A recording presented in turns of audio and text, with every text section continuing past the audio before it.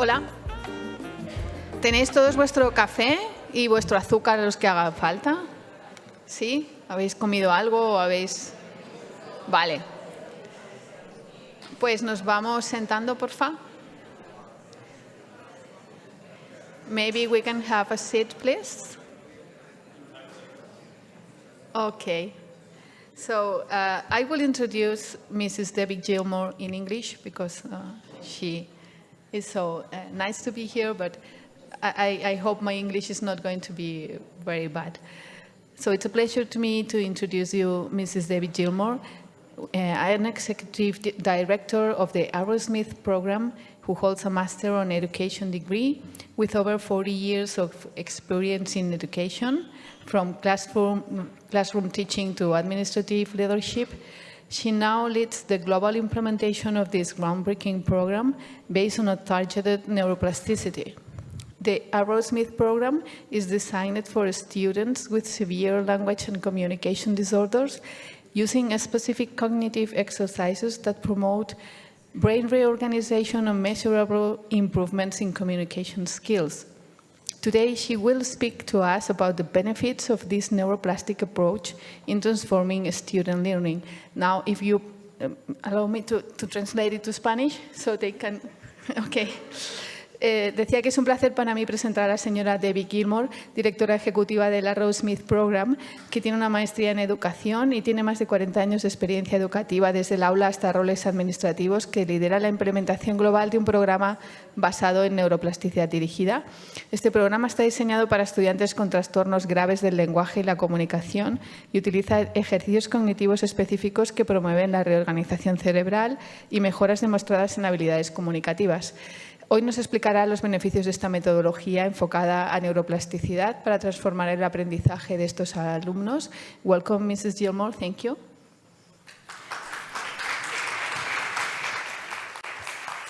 Thank you so much for the invitation to be here today and speak at the symposium. It is really a great honour to be here.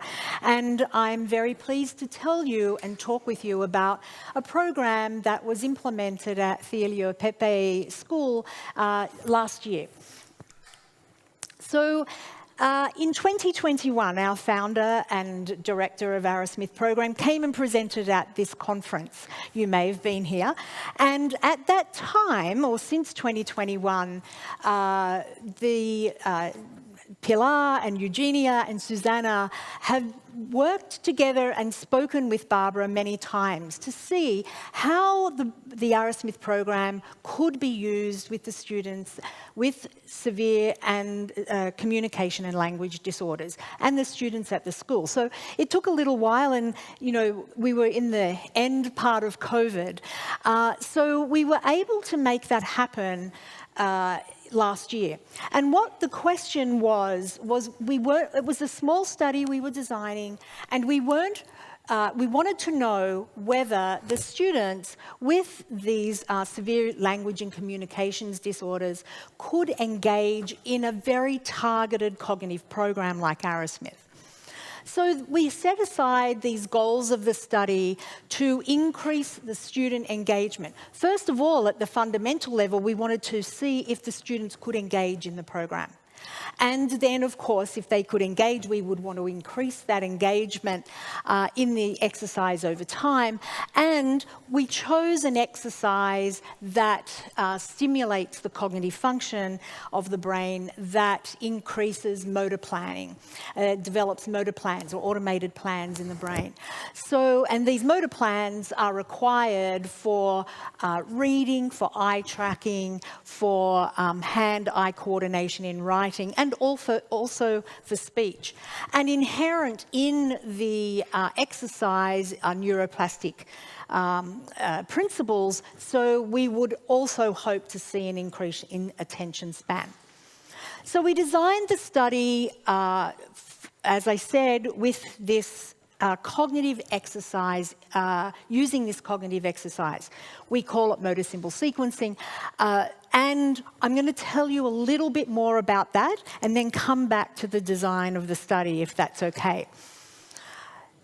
As I mentioned, this targeted cognitive program increases or strengthens the cognitive functions of the brain. In this particular instance, the cognitive function that is required for developing motor plans. Now, a cognitive function, as you would know, is the region or a network of regions of the brain that come together to complete a task or to learn a skill. So the program, being a cognitive program, is not teaching skills or strategies. It is strengthening those underlying cognitive brain processes. And of course, we need those cognitive functions really strong in order to learn skills and to perform tasks. So I want to make that clear because sometimes it can look like a skill-based program when you see what the exercise looks like.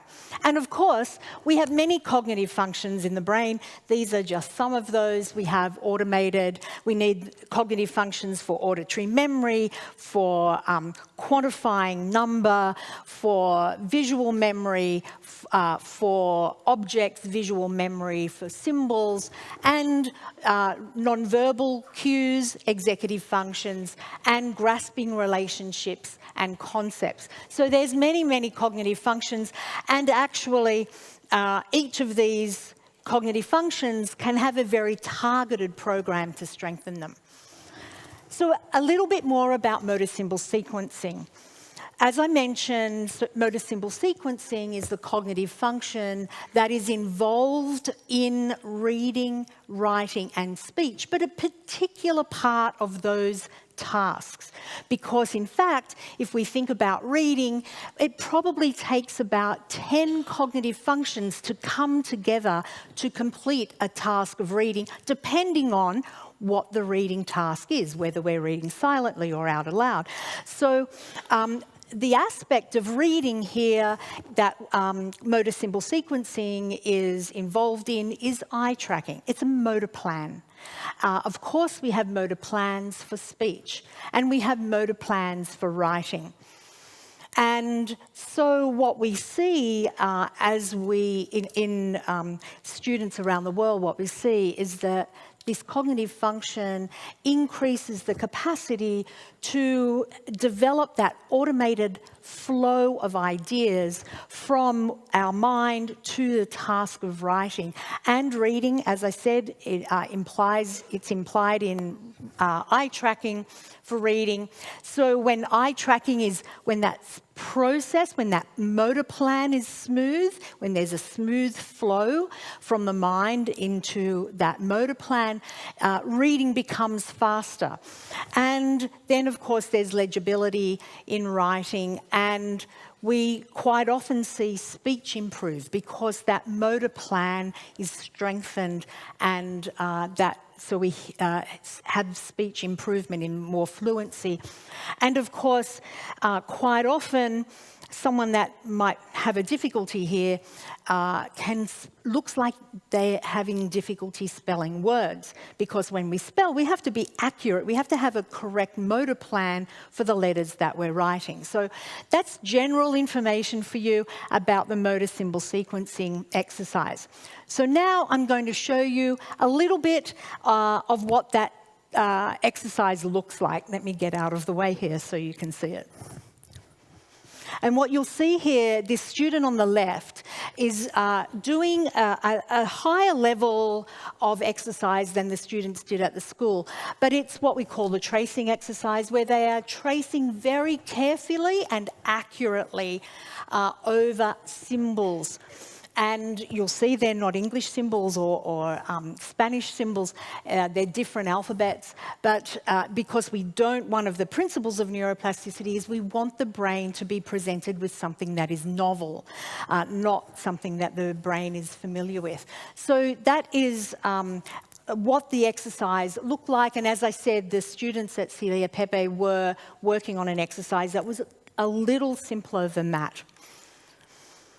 So going back to the study design, we wanted to engage the students in the program for as long as we could, because we know we need engagement for neuroplastic change. So we weren't really certain how long we would have the students be able to engage, but we wanted to at a maximum of 30 minutes a day. So the students were involved in this exercise. They did this exercise 5 days a week at a period, I think it was before school every day, and then they worked with and trained Arrowsmith facilitator. So we trained 2 teachers, and the students worked one-on-one with those teachers to implement the program each morning. The facilitators tracked their time on task, their accuracy of the tracing of those symbols, and the quality of the work. So they were the measures that were tracked, and of course, how much they were able to complete in the time that they spent engaged in the work. We had 17 weeks for the study. Typically, students that work on this exercise around the world have a school year that they're working on this, but we had this finite time to work. So again, we wanted to see what was possible in that period of time. The students that were selected, there was of course a prerequisite for this exercise, and the students would need to be able to hold a pencil and understand an instruction and complete it by themselves. We understand for neuroplastic change to occur, the individual engaged in a particular task or exercise needs to do that for themselves because that neuroplastic change happens in their brain. So there were some prerequisites. As I said, they could hold a pencil and understand and follow instructions independently. So as I said, we had 2 students that did this work. The first student was male and he was 12. The initial data that the teachers collected were that the average time on task in the initial period of time was 7 minutes a session. And the accuracy of the task was about 60%. Then, after the 17 weeks, that average time on task doubled. So there was an increase of 47% there. Time went from 7 minutes initially to 15 minutes. We were really excited to see that engagement increase over that time. And really a small period of time, really, over the 17 weeks. And we saw that accuracy change. Now, we track the accuracy because that's what the students need to do. They need to be very accurate on this exercise because that is where they're getting the stimulation of that cognitive function. So that's why that measure is also checked. And you'll see that improvement there. This student also was engaged in 3 levels of the exercise. So one of the principles of neuroplasticity is that students work on or we engage in an exercise that is just above where our current cognitive function is performing. And so the students started at 1 level, and then as they became more accurate and that was consistent over time, the level of the exercise was increased. It was increased in complexity and therefore engaging the brain in a more complex task and stimulating the cognitive function to strengthen that cognitive function to perform better. So that was student number 1. Student number 2, a female, we also asked parents and teachers to give us their observations. Obviously, the Arrowsmith trained facilitators were collecting the data on the exercise, but we wanted to see how that was being seen outside of the exercise itself. So we asked parents and we asked teachers to show their observations. So the parent of student number 1 said that they noticed that he was writing more quickly and accurately and more legibly. He was able to better express himself in writing, and he was more able to write a written task within a time limit, and he was reading more quickly and accurately. As I said, as that eye tracking improves, we see reading speed increase. The parent also saw that the uniformity of the size of the letters that the student was writing became more consistent, which is, of course, what we want to do to be able to communicate our thoughts. So that indicates that that there was that neuroplastic change occurring, that cognitive function was developing the motor planning as we predicted. And then there was less hesitation in speech, and they were able to complete a task in a given time, in a better given time. And the mathematics became more accurate. As I said, in mathematics, like in most of our written work, if we want to communicate something, especially, and mathematics, I suppose, where the number that you write needs to be very accurate so you get an accurate answer. If you're writing 3 instead of a 5 because you don't have the motor plan solid for that writing, it could look like you don't know how to perform that mathematical task, but in fact, it could just be an error because you don't have the motor plan in writing. So that's what the parents saw. And then the teacher saw that the student was writing words more accurately in their writing, and they also saw that better uniformity in size of the writing and the spacing, and also the ability for that student to write within a time limit. Student number 2. Female student who was 9, and her average time on the task at the beginning was 3 minutes. After 17 weeks, we saw that change to 12 minutes. And accuracy went from 50% accuracy to 80% accuracy. She again also worked on 3 levels of the exercise. Her parents saw the same uniformity in the writing of letters, as well as reading more quickly and accurately. And her teacher saw that she was being able to complete a writing task in a period of time. So that all of that data showed us that we were able to get that engagement by the students, and then they were able to engage in the exercise over time and see change.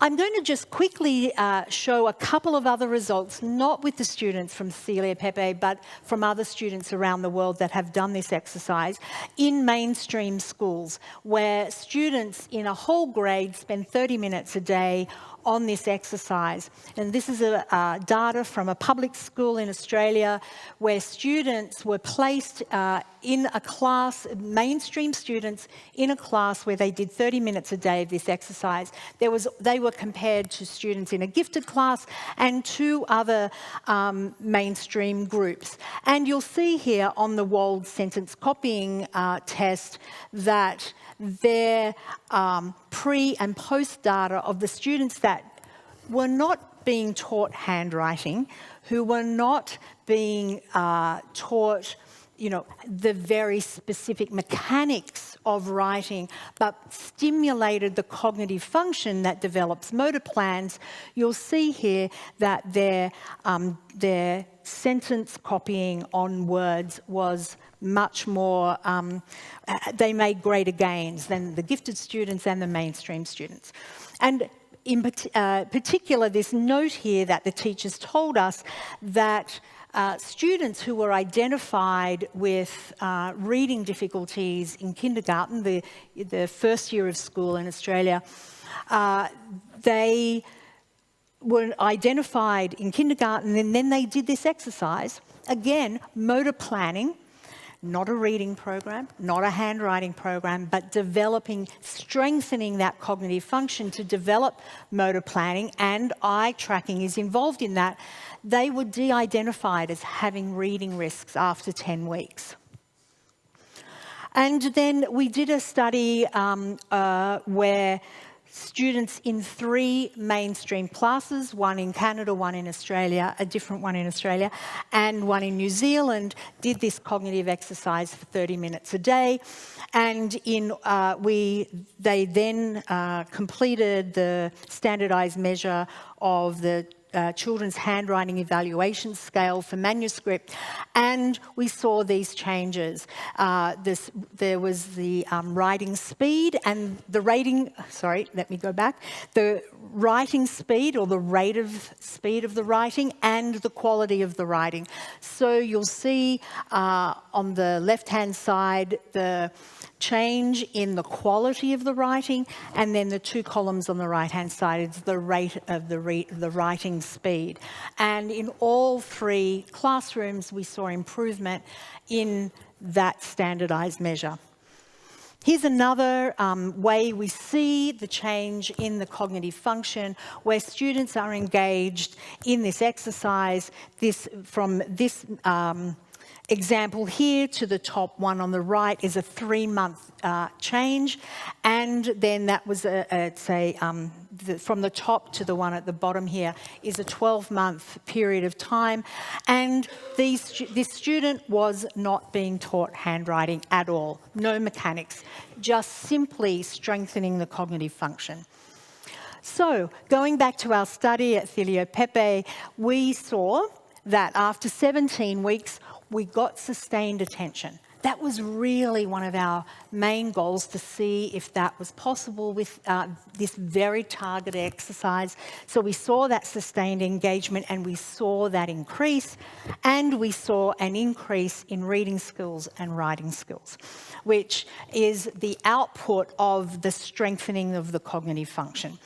So our conclusion in this very small study is that students with significant language and communication difficulties can benefit from the cognitive training. Not only they can engage in it, and they can benefit in that training.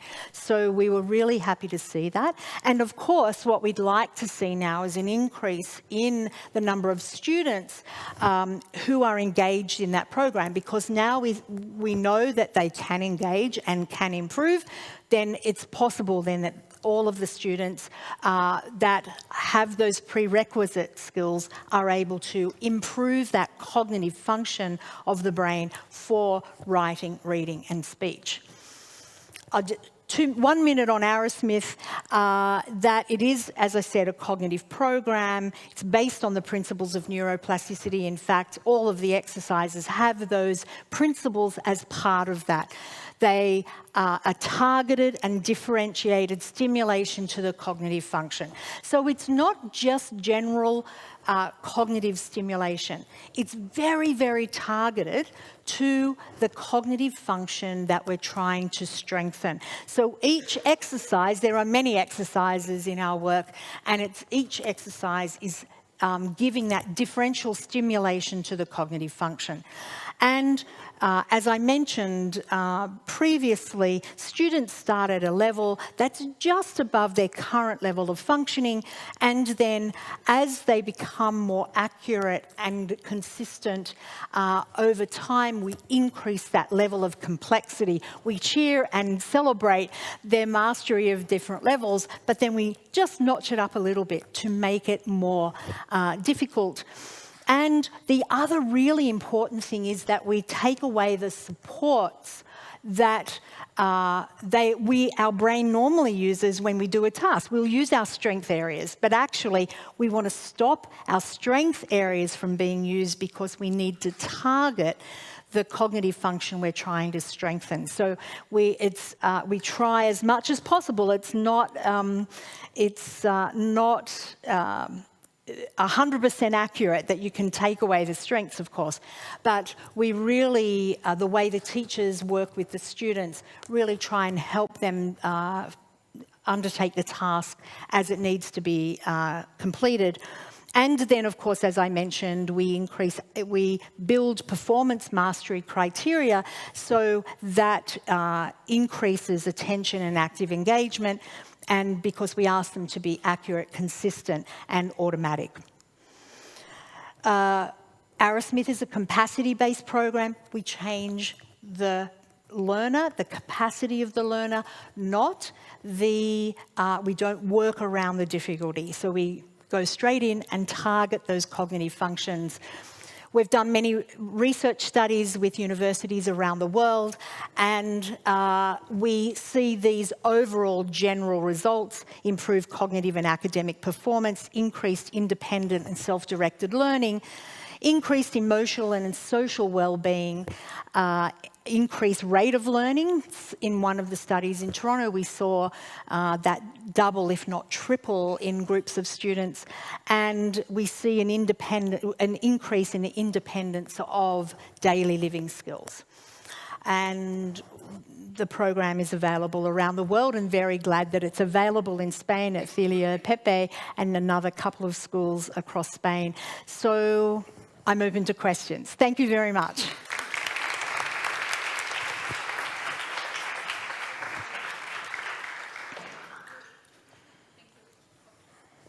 ¿Sí? ¿Se me oye? Okay. Thank you very much, Mrs. Gilmore, for this very promising program. Is there any question? Yes, I believe maybe this is the first time that the program is special in school. We have worked over time with students with severe profiles. Typically, students that come into the program or work in the program have learning difficulties. Of course, now we have students around the world with, mainstream classes without difficulties. We work in the ABI, TBI, acquired and traumatic brain injury area as well. And we've just done a study here in Madrid on gifted students. But we've worked with a very small number of students with those severe profiles. So definitely in a school like Filia Pepe, absolutely. It's the first time the program has been implemented in such a school. And how do you feel about the outcome? Do you think that this is good for children? Do you really think that? I mean, Yes. To focus in a very regular type of work in writing, handwriting, could help them out? Yes, so we were very, very happy with the results because, as I said, we weren't really certain if we were going to get that engagement, and we did. You saw those results. So we were absolutely able to get that engagement. And because we got the engagement and how they were conducting the exercise, how they were performing the exercise, increased and strengthen the cognitive functioning. Remembering it's not a handwriting program, it's not a skill program. We were strengthening the cognitive function. So we were really happy with the results. And, as I mentioned, we'd love to see a larger number of students, be able to work on it. We recognise that a number of students at the school may not be able to work in the exercise because it is very targeted and it needs, students need to be able to use a pencil. But so we were very happy with the results. Yeah. Any other question over there?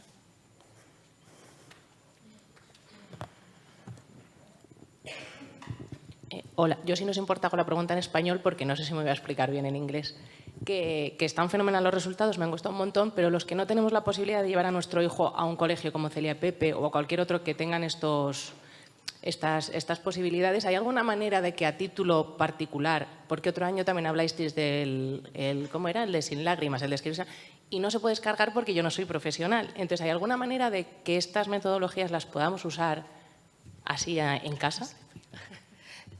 She is interested in knowing if there is a possibility to have your program from a private situation, because she is not a teacher, she's a mother, and she has not the possibility for different things to be in the Pepe and Celia school. We work with organisations. So there are a number of organisations around the world that work with us, and the program is implemented in. There's a number of schools here in Madrid, as I said, across those countries that I showed you before. We don't work individually with parents, but I'm very happy to speak with you and tell you where the program is available. So thank you very much. It's Mrs. my Gilmore. pleasure. Thank you very much. Thank you. So